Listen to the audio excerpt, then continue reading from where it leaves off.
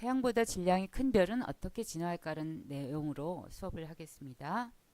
지난 시간에 이어서 이번 시간 수업을 통해서 질량에 따른 별의 진화 과정을 이해하는데 여러분은 태양과 질량이 비슷한 별은 어떻게 진화하고 태양보다 질량이 큰 별은 어떻게 진화해 갈지 구별해서 살펴보면 좋겠습니다. 기억을 더듬어서 태양과 질량이 비슷한 별의 진화 과정을 한번 살펴봅시다. 처음에 주기율성 단계에서 수소 핵융합 반응이 중심핵에서 거의 끝나면 적색 거성이 되고, 적색 거성에서 헬륨 핵융합 반응이 진행되면서 탄소를 만들게 됐을 때 에너지가 발생하면서 이 별의 바깥쪽이 우주 공간으로 퍼져나가는 행성상 성운이 관측되고 중심핵은 남아서 백색 외성이 된다는 내용을 공부했었어요. 이 과정에서 주계열성, 적색거성의 내부 구조의 변화를 한번 다시 살펴보면 수소 핵융합 반응이 중심핵에서 끝나면 헬륨 핵이 생겼었죠.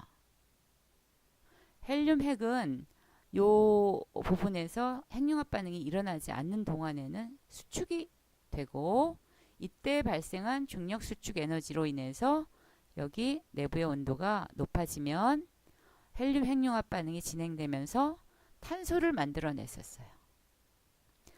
물론 탄소를 만드는 그런 과정에서 별의 바깥쪽은 퍼져나가면서 행성상 성운으로 우주 공간으로 방출되고 탄소 중심핵은 남아서 백색 외성이 됐었어요. 이 과정을 좀 더 다시 한번 더 상세하게 살펴보겠습니다. 수소 핵융합 반응이 시작돼서 주기열 단계로 진입을 하고 수소가 중심핵에서 고갈되면 수소 핵융합 반응이 중단되면서 그로 인해서 생긴 수소 핵융합 반응으로 생긴 헬륨 핵이 수축하고, 또 이때 발생한 중력 수축 에너지는 중심 온도를 높이게 된다. 중심 핵에서 온도가 상승하면 핵을 구성하고 있던 헬륨이 핵융합 반응에 참여하고, 그리고 헬륨이 다시 고갈되면 헬륨 핵융합 반응을 통해서 생긴 탄소 중심 핵이 수축하게 된다.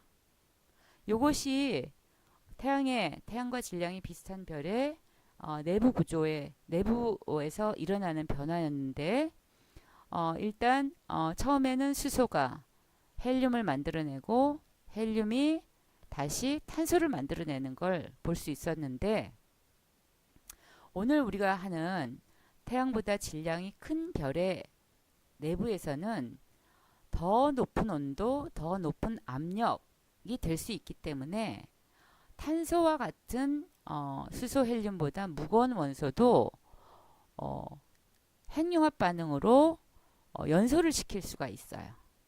그래서 태양보다 질량이 큰 별은 탄소 핵융합 반응을 통해서 산소가 만들어지고 규소가 만들어지고 그리고 철이 만들어질 수 있습니다. 그런데 별의 내부에서 핵융합 반응을 통해서 만들어질 수 있는 가장 무거운 원소는 철이에요. 철 이상은 핵융합 반응으로 별 내부에서 핵융합 반응을 통해서 만들어낼 수 없습니다. 일단 핵융합 반응을 통해서 철이 만들어지고 나면 별에서는 더 이상 핵융합 반응이 진행되지 않는다라는 걸 기억해 둡시다. 자, 질량이 태양보다 이제 매우 큰 별의 내부 구조를 보면 이미 주계열성 단계는 아닌 거죠. 2단계 정도 되면 철이 만들어지기 직전까지는 태양보다 질량이 큰 별의 경우에는 적색 초고성이라고 합니다. 그 크기가 매우 크기 때문이죠. 적색 초고성 단계에서 지금 이 별의 내부 구조를 보면 바깥쪽에서부터 수소, 헬륨, 탄소, 네온, 산소, 규소, 철 이렇게 양파 껍질처럼 무거운 원소로 된 그 층들이 이렇게 존재하는 걸 알 수가 있어요. 그런데 이 단계에서 일단 철이 만들어지고 나면 더 이상 핵융합 반응이 진행되지 않는다고 했죠. 그러면 철이 만들어지고 나면 핵융합 반응이 일어나지 않는다면 더 이상 높은 온도, 높은 압력을 유지할 수가 없는 거죠. 그렇다면 이때 아주 큰 중력으로 중심으로 수축하려는 그 중력과 수축시키려는 중력과 그동안 높은 온도, 높은 압력으로 인해서 이 중력에 싸워 이겨서 비등비등한 힘을 유지하고 있었는데 여기서 더 이상 이제 압력이 충분하지 못하니까 중력이 더 우세하게 되죠. 그러면 이 철의 중심핵에서는 수축이 일어납니다. 철의 중심핵이 위에 철 중심핵 바깥쪽에 이 어마어마한 무게에 의해서 철의 중심핵이 수축하는 것은 워낙 이게 굉장히 빠르게 진행되기 때문에 중력 수축이라고 하지 않고 중력 붕괴라는 말을 써요. 중력 붕괴가 일어나면 여기 철 중심핵에 있던 원자 핵과 그리고 전자 이것들이 뭉쳐지면서 이 중심핵의 물질들은 모두 중성자로 구성되는 그런 상태가 되면서 이 중심핵이 중성자 상태로 변하게 됩니다. 그런데 중력 붕괴를 하던 이 중심핵에서 중성자를 만들고 나면 더 이상 수축할 수 없는 단계가 되고 그때 급격하게 별 바깥쪽이 팽창을 하게 돼요. 이 과정, 급격하게 팽창하는 이 과정을 우리는 초신성 폭발한다. 초신성 폭발의 단계이다 라는 이야기를 합니다.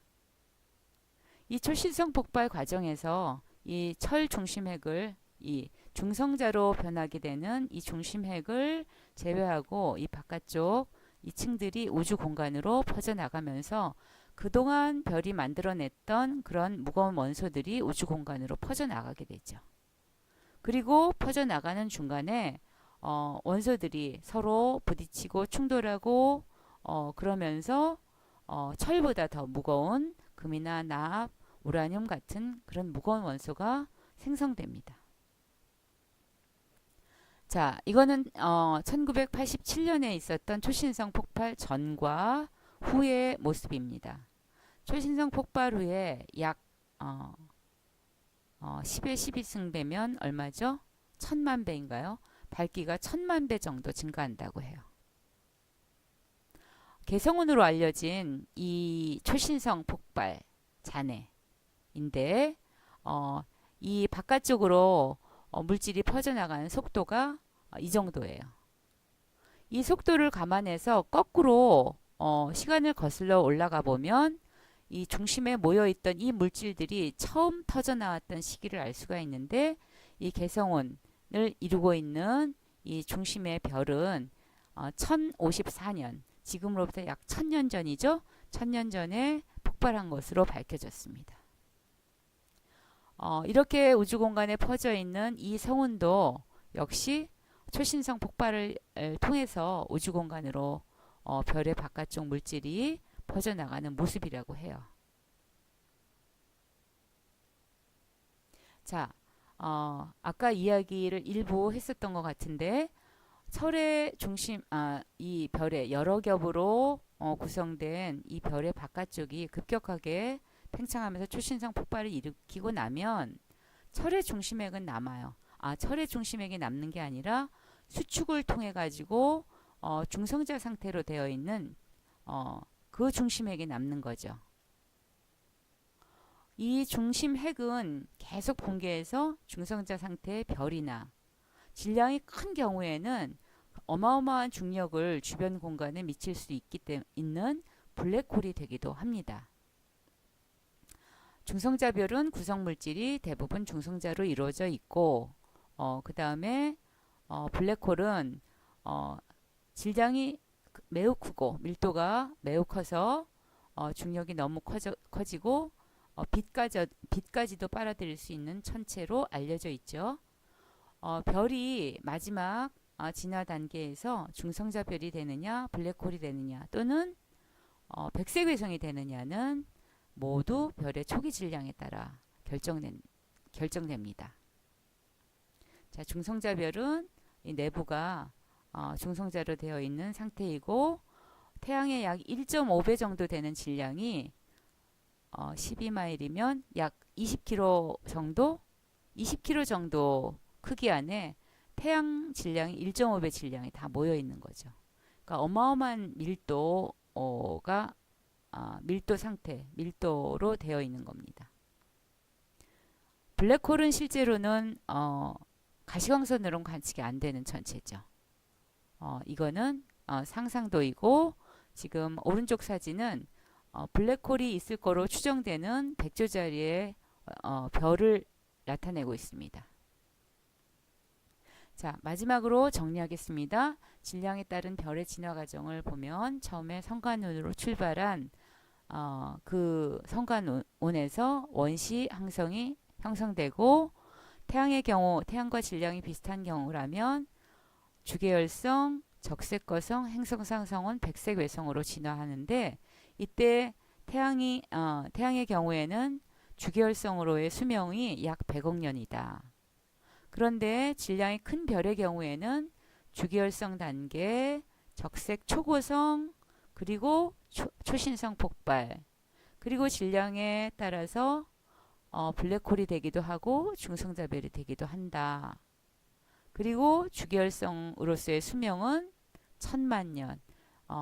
질량이 작은 태양과 같은 정도의 별보다 훨씬 더 이 수명이 짧은 거죠. 자, 이렇게 정리하면 되겠습니다.